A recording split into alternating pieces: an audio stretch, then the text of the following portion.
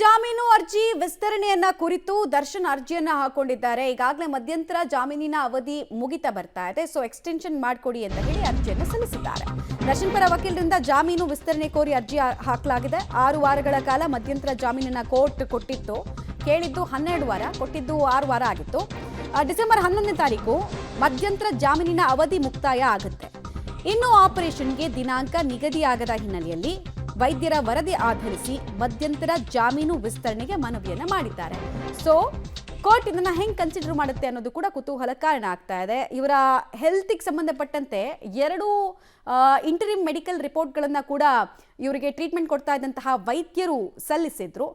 ಅದೆರಡರಲ್ಲಿ ಒಂದರಲ್ಲಿ Darshan is being prepared for the operation ಅಂತ ಒಂದರಲ್ಲಿತ್ತು, 2ನೇದ್ರಲ್ಲಿ conservative treatment ಕೊಡ್ತಾ ಇದ್ದೀನಿ ಅಂತ ಇತ್ತು. ಬಟ್ 3ನೇದಾಗಿ ನಾಗೇಶ್ ಅವರು ವಾದ ಮಾಡಬೇಕಾದ್ರೆ ಹೇಳಿದ್ರು BP ವೇರಿಯೇಷನ್ ಅಂತ.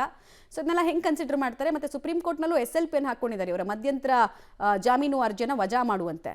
ಡೀಟೇಲ್ಸ್ ಕೊಡ್ತಾರೆ ಮುರಳಿ. ಈಗ ಮಧ್ಯಂತರ ಜಾಮೀನಿನ ಅವಧಿ ವಿಸ್ತರಣೆ ಮಾಡುವಂತೆ ಕೋರಿದ್ದಾರೆ ಅರ್ಜಿನಲ್ಲಿ. ಏನೆಲ್ಲ ಅಂಶಗಳನ್ನು ಉಲ್ಲೇಖಿಸಿದ್ದಾರೆ ಮತ್ತು ಕೋರ್ಟ್ ಇದನ್ನ ಈ ಹಂತದಲ್ಲಿ ಹೆಂಗೆ ಕನ್ಸಿಡರ್ ಮಾಡುತ್ತೆ? ಯಾಕಂದ್ರೆ ಸುಪ್ರೀಂ ಕೋರ್ಟ್ನಲ್ಲೂ ಕೂಡ SLP ಸಲ್ಲಿಕೆ ಆಗಿದೆ ಅಲ್ಲ. ಸೊ ಹೇಗಾಗತ್ತೆ, ಹೆಂಗೆ ನೋಡುತ್ತೆ ಕೋರ್ಟ್ ಇದನ್ನ ಅಂತ?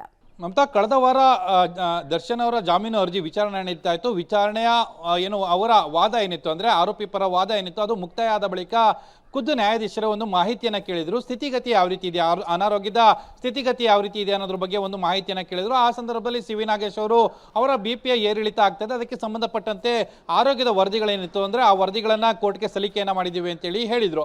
ಆದರೆ ಇನ್ನು ಬುಧವಾರ ಅಂದ್ರೆ ಡಿಸೆಂಬರ್ 11ನೇ ತಾರೀಕು ಅವರ ಮಧ್ಯಂತರ ಜಾಮೀನಿನ ಅವಧಿ ಮುಕ್ತಾಯ ಆಗ್ತದೆ. ಅವಧಿ ಮುಕ್ತಾಯ ಆಗ್ತಿರೋ ಹಿನ್ನೆಲೆಯಲ್ಲಿ ಇವತ್ತು ಬೆಳಗ್ಗೆ ಅವರು ಅರ್ಜಿಯನ್ನು ಸಲ್ಲಿಕೆಯನ್ನ ಮಾಡಿದ್ದಾರೆ.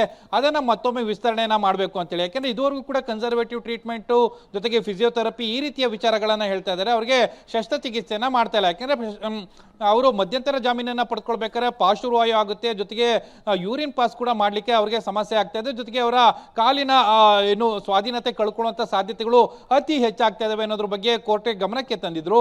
ಈಗ ಯಾವ ರೀತಿಯ ವಿಚಾರಗಳನ್ನ ಮುನ್ನೆಲೆಗೆ ತರ್ತಾರೆ, ಜೊತೆಗೆ ಹೈಕೋರ್ಟ್ಗೆ ಯಾವುದನ್ನ ಕನ್ವಿನ್ಸ್ ಮಾಡುವಂತ ಪ್ರಯತ್ನಗಳನ್ನ ಮಾಡ್ತಾರೆ, ಇದೆಲ್ಲದ್ರ ಬಗ್ಗೆನೂ ಕೂಡ ಸಾಕಷ್ಟು ಕುತೂಹಲ ಇರುವಂತದ್ದು. ಅಂದ್ರೆ ಅವರು ಅರ್ಜಿಯನ್ನು ಸಲ್ಲಿಕೆ ಮಾಡಿದರೆ ಇಂತಿಷ್ಟೇ ದಿನ ಅದನ್ನ ವಿಸ್ತರಣೆ ಮಾಡಬೇಕು ಅಂತೇಳಿ ಮನವಿಯನ್ನ ಮಾಡುವಂತ ಅಂದ್ರೆ ಅರ್ಜಿಯಲ್ಲಿ ಯಾವುದೇ ರೀತಿಯ ಉಲ್ಲೇಖವನ್ನು ಮಾಡಿಲ್ಲ. ಇವತ್ತು ಓಪನ್ ಕೋರ್ಟ್ ನಲ್ಲಿ ಅದರ ವಿಚಾರಣೆ ಬಂದ ಸಂದರ್ಭದಲ್ಲಿ ಎಷ್ಟು ದಿನಗಳ ಕಾಲ ಬೇಕು ಅಂತ ಹೇಳಿ ಹೇಳುವಂತ ಸಾಧ್ಯತೆಗಳು, ಜೊತೆಗೆ ವೈದ್ಯರು ಯಾವ ರೀತಿಯ ವರದಿಗಳನ್ನ ಕೊಟ್ಟಿದ್ದಾರೆ, ಅವರ ಆರೋಗ್ಯದ ಸ್ಥಿತಿಗತಿ ಯಾವ ರೀತಿ ಇದೆ ಅನ್ನೋದ್ರ ಬಗ್ಗೆ ಇನ್ನೊಂದಷ್ಟು ಸ್ಪಷ್ಟ ಮಾಹಿತಿಗಳು ಬಹಿರಂಗ ಆಗುವಂಥದ್ದು. ಮಮತಾ, ಧನ್ಯವಾದ ಮುರಳಿ ತಮ್ಮೆಲ್ಲ ಮಾಹಿತಿಗಾಗಿ. ಸೊ ಕುತೂಹಲ ಅಂತೂ ಇದ್ದೇ ಇದೆ.